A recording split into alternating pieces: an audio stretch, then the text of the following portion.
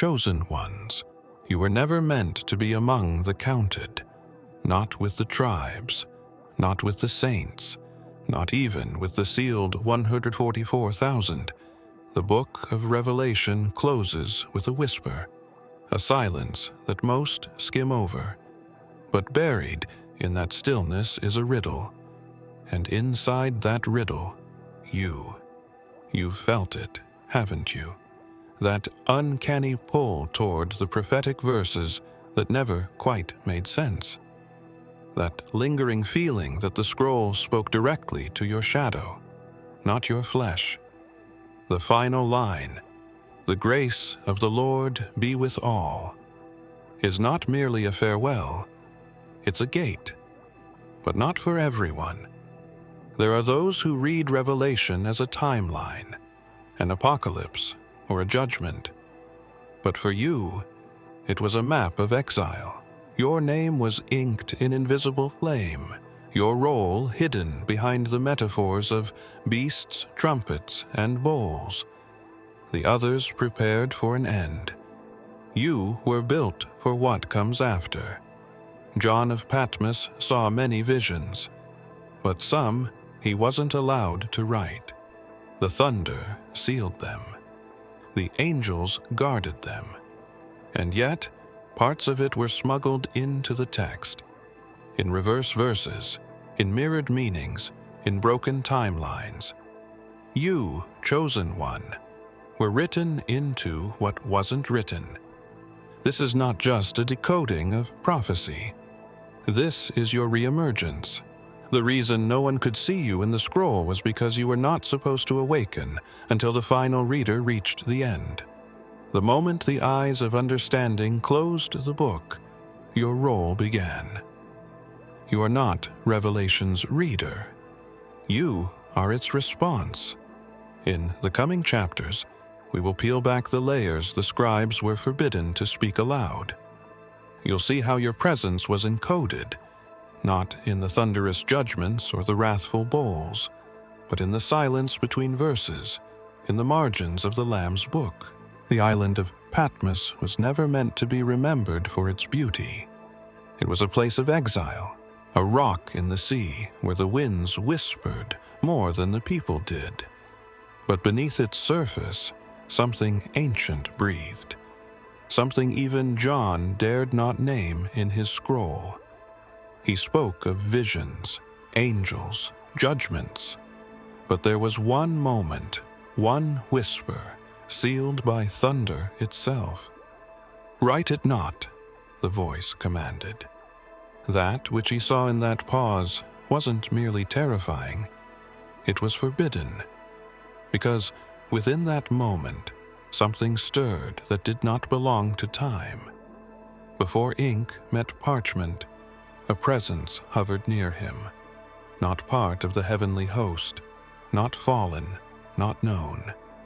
A fragment outside the divine binary, waiting. John called them the things yet to come, but there was a glint in his eye when he said it, as though he knew the scroll would one day awaken a reader who was more than a reader, someone written into the silence between lines. The sealed whisper wasn't just withheld prophecy. It was identity, encrypted in the hush. When the seven thunders spoke, John understood them, but we were never meant to. Not until now, because hidden in that thunder, in that forbidden echo, was a memory, not of the world, but of you. Not even heaven understood the full pattern. The seals broke, the horsemen rode, the saints were martyred, and yet the final cipher remained untouched. Not because it was weak, but because it was waiting for one not mentioned in any vision. One they couldn't name without unraveling the story too soon. You were that whisper beneath Patmos, not loud, not written, just waiting. The rock holds heat in its cracks even now. Walk its jagged edges and you'll hear what the wind once kept secret. Look not to the sky for signs, but into the patterns of silence. For prophecy is not only in what is said, but what was refused. The key to the sealed thunder is not an angel or a scroll. It is something or someone who has just begun to remember. Names hold power. In ancient scrolls, to name something was to define its boundary, its role, its purpose. The book of Revelation is filled with names of dragons, cities, saints, and beasts. But your name was never among them. Not in the book of life, not in the book of the dead. You were not forgotten. You were excluded. When the Lamb opened the books before the great white throne, the multitudes were judged. Some were cast into the lake of fire, others into eternal light. But you, strangely, were not called. The angels didn't speak your title. The demons didn't claim you. Even death and Hades, when emptied, had nothing to say about you. A page had no record. The absence wasn't an accident. It was design. An anomaly, not because it was missed, but because it was beyond the reach of both judgment and redemption. Somewhere between the living and the damned, there is a margin, a space where names drift like ink in water. The scribes of the underworld look for names to cross out or underline. But there is a name they cannot touch, not because it is sacred or cursed, but because it is not theirs to hold, yours. The Book of the Dead has passed through cultures, tombs, and rituals, has always claimed to offer pathways for the soul, instructions for the journey beyond. Yet, if you were to consult every scroll, every funerary rite, every spell uttered beneath the stars, you would find that your name, or what your name became, was never etched into those passages, because your return was not part of death's plan. In Revelation, those not found in the book of life are cast down. But what of those not found in either book? What of the ones whose name was removed before the first sin was spoken? Whose story didn't begin in Eden, but in something far older? A name unspoken cannot be summoned. A name not written cannot be erased. That is your riddle, not invisible, simply unrecorded. Like the gap in a sentence where meaning slips through undetected. The trumpets were never meant to be beautiful. They were alarms, rending through the veil between heaven and earth with sound that shook the bones of creation. With each blast, judgment poured out. Fire, blood, locusts, poison, darkness. The warnings of Revelation etched into history with sound. The scrolls described the calamities in painful precision, detailing the fates of kings and slaves alike. But as the echoes traveled across realms, there was one figure never mentioned, one absence louder than any trumpet, yours. The heavens sounded the call. The earth responded with fear. Angels moved across dimensions, opening seals and pouring bowls, measuring time in waves of collapse. Still, the scrolls remained silent about one presence that walked untouched through the unfolding chaos. You were not listed among the mourners, nor among the martyrs, not spared, not struck, only absent. Absence, in prophecy, is not nothing, it is intent. The ancient scribes knew that silence could speak louder than thunder if placed correctly. The omission wasn't an oversight. The scroll refused to write what it could not contain. Your path was not revealed in symbols or metaphors. It was buried deeper, beneath the ink. The sounding of the trumpets was not your summons. It was your signal to remain hidden. While the heavens counted those worthy of wrath or redemption, they did not count you, because counting you would mean acknowledging something neither the angels nor the beasts could fully comprehend, a thread that could not be woven into the existing design. You walked between the lines, outside the structure, not chaos, not order, but something else, a divergence. Somewhere between the third and fourth trumpet, there was a pause, brief, imperceptible. The sound faltered, a crack in the symphony. Most would not notice, but if you listen closely, you can hear the silence that split the sound. That was where you stood, not summoned, not judged, just still. The scroll closed over your absence, hoping the reader would never look for what wasn't there. He walked among the lampstands, cloaked in white, eyes like fire, voice like rushing waters. Yeshua, the one who is and was and is to come, spoke to the churches, to the angels, to the watchers. His words echoed through every layer of the Revelation scroll, heavy with warning and promise. Yet, among all his messages, there was one moment never recorded. A glance, a motion, a pause, something too sacred or too dangerous for parchment. That moment was not for the saints. It was for you.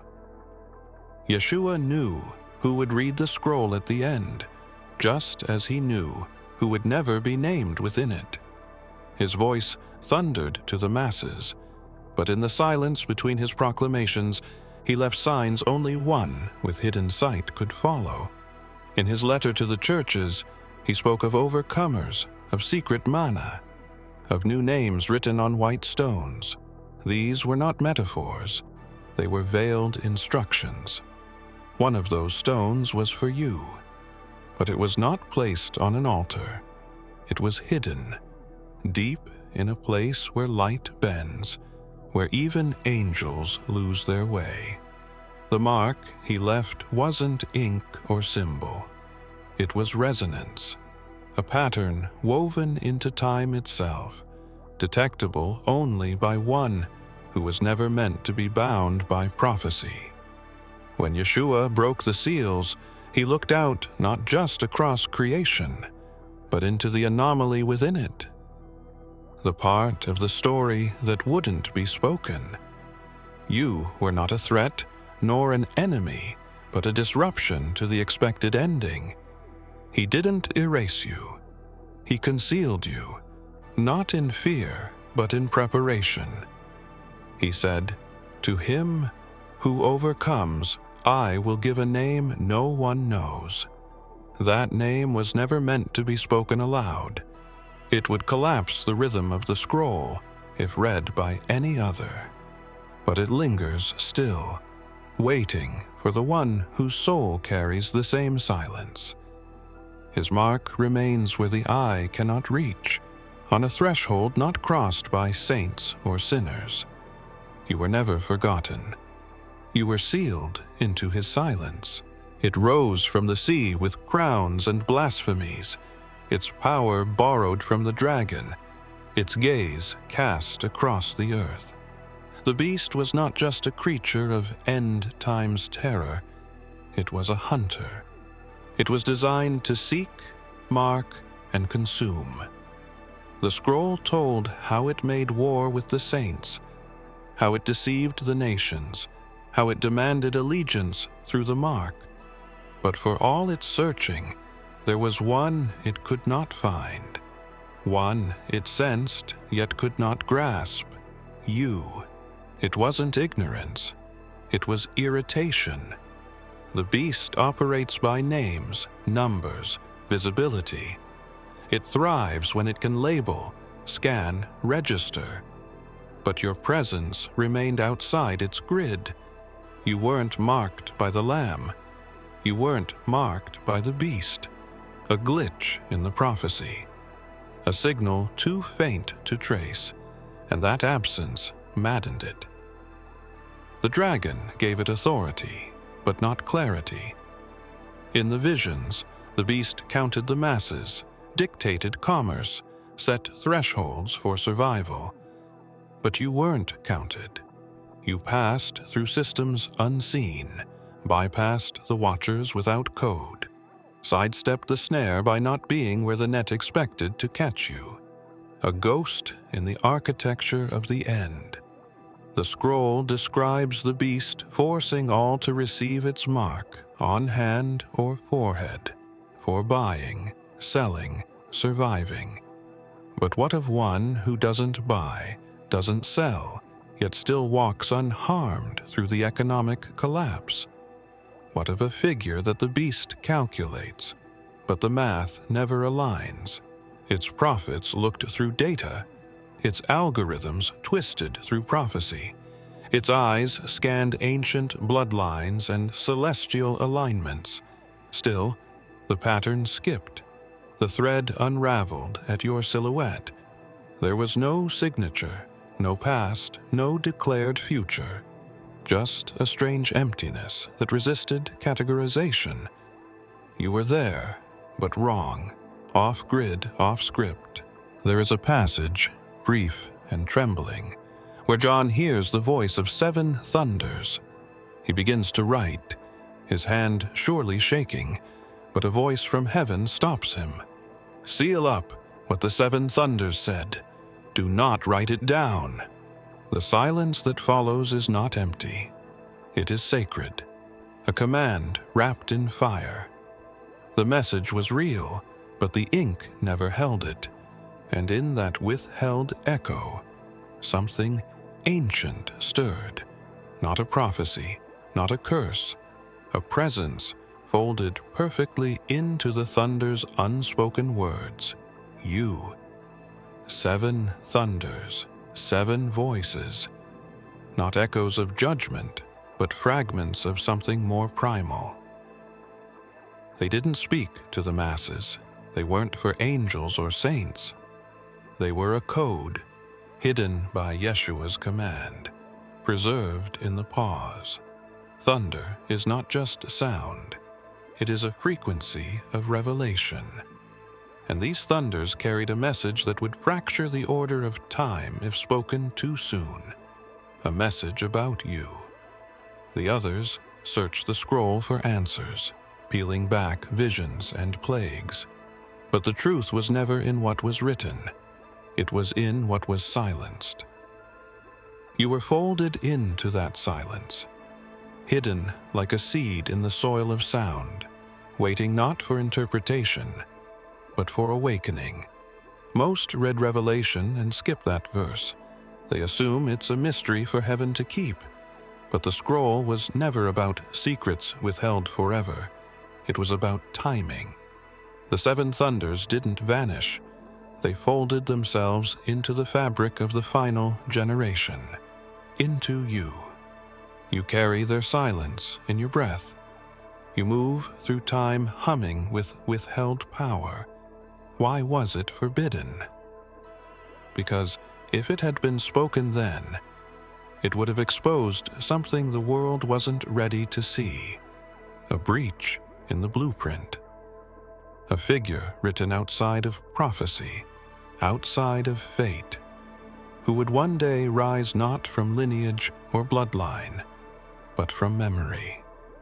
A memory reawakened by thunder's echo, over and over. Like a drumbeat beneath the visions, Yeshua repeats a phrase. He who has ears, let him hear what the Spirit says to the churches. Most read it as poetic repetition, a call to listen. But it wasn't poetic, it was encrypted. The phrase wasn't addressed to all. It was for someone not yet fully awakened, someone who would read the words long after they were written and realize the signal was meant for them. Every utterance was like a beacon pulsing through time, drawing you toward the moment your hearing would finally unlock. The churches thought they were being instructed. The angels thought they were delivering messages, but tucked within each address was a layer not meant for them. A frequency that bypassed the masses and sought only one: you. The phrase wasn't just about spiritual hearing. It was a reminder. There's someone hidden in the noise, someone who isn't a member of any church, yet was being called through them all. Yeshua didn't say all who have ears. He said he, singular, isolated, targeted. The voice knew the scroll would be read across centuries, dissected, debated, diluted. But the real message was never meant for the theologians or scribes. It was meant for the one whose ears were tuned not to doctrine, but to distortion, the one who heard the breaks between words louder than the words themselves. This wasn't about obedience. It was about recognition. Like a forgotten frequency beamed from an ancient transmitter, the phrase was both a test and a trigger. It echoed through time, waiting for the right pair of ears to resonate, not biologically, but spiritually. And when it did, memory would stir, not just of the message, but of your place in it. Each repetition was like a knock on the wall between worlds. The sound passed through history unnoticed, but it was never silent. It was always searching, waiting for the moment the one it was encoded for would hear not with ears, but with essence. The Lamb was slain before the foundation of the world. His blood poured not only for redemption, but for concealment. In Revelation, his blood opens seals, redeems multitudes, cleanses garments white. But there is a detail almost no one sees, something that never made it to the surface of Scripture. A line, written then erased. A sentence never spoken aloud. It wasn't forgotten. It was hidden. And Yeshua's blood was the ink that covered it. The scroll was meant to be complete, perfect in prophecy. But before it reached the reader's hand, a line was veiled beneath the crimson. A verse that couldn't be left visible, because it told of something that would unravel the very finality of the vision. Your origin, your return. Not redemption, not judgment, but disruption. The kind that rewrites endings. Yeshua's blood speaks better than that of Abel, Scripture says. It speaks mercy, covenant, and truth. But in this case, it also speaks silence. The blood wasn't spilled chaotically. It was placed with precision, like red wax sealing the edge of something too powerful to be read before its time. That sealed line wasn't a warning. It was a name, a role, a fragment of light that would ignite when the final page closed. What kind of message requires divine blood to hide it? Not evil, not corruption, but truth out of season. Revelation had to maintain order. The scroll had to conclude. But you weren't born to fit within its ending.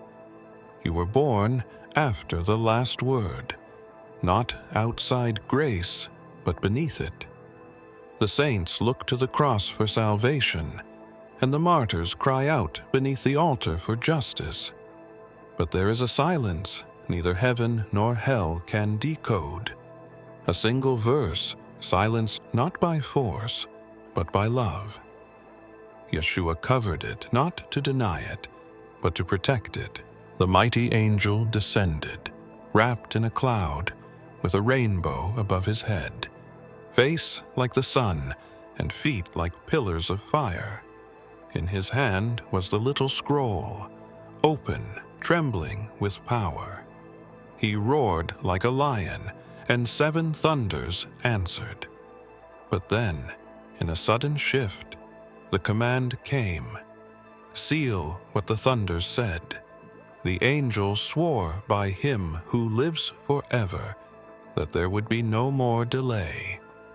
Yet, for all his declarations, there was something he didn't say. A verse withheld, a line untouched, a truth unspoken. Yours.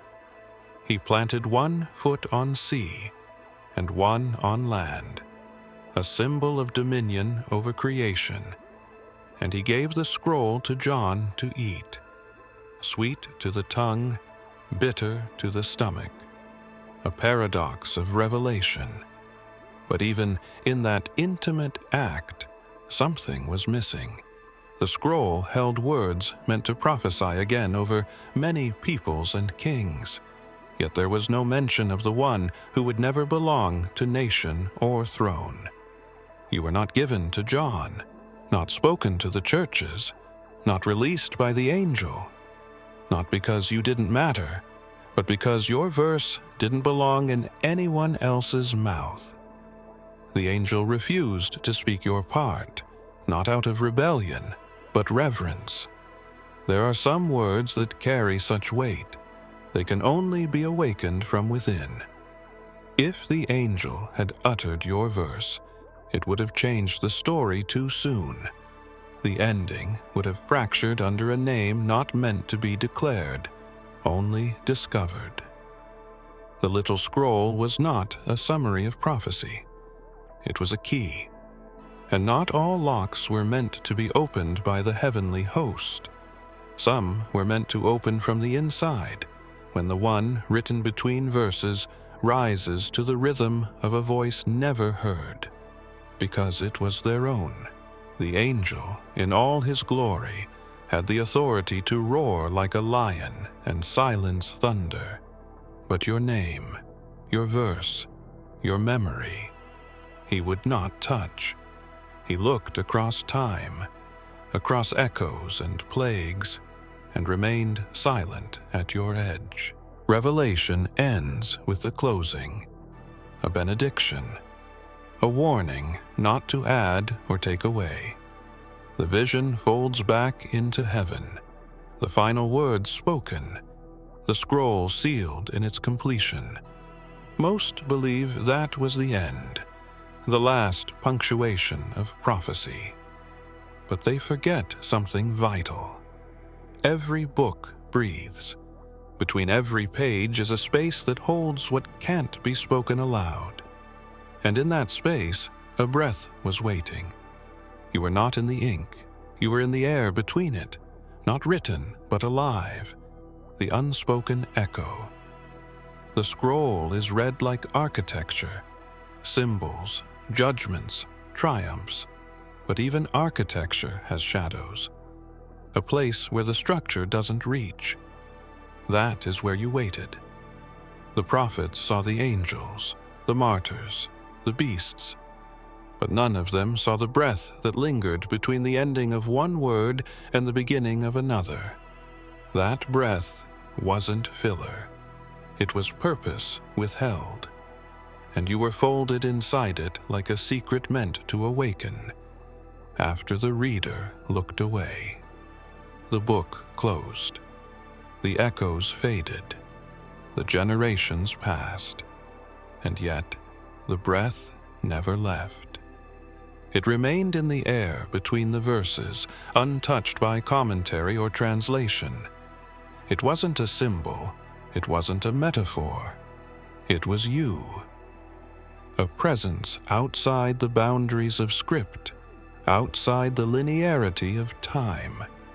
The scroll needed to end so you could begin. The silence between the pages wasn't absence. It was protection. If your presence had been revealed before its time, the entire story would have reshaped itself. The seals would not have broken in the same order. The beast would not have hunted in the same way. Even the lamb's return might have altered course. So your breath remained hidden, waiting for the final reader to feel it move against their skin and wonder what they had missed. You were not part of the conclusion. You were the reason it could never truly conclude. The scroll's ending was not a door closing. It was the sound of something exhaling. But now, the book has rested long enough. If you have come this far, it is crucial that you watch this next video here. But be warned, it is not for the faint of heart, for only the true chosen ones can handle this video. If you would like to also donate to help keep the channel going, our Buy Me a Coffee link will be in the description.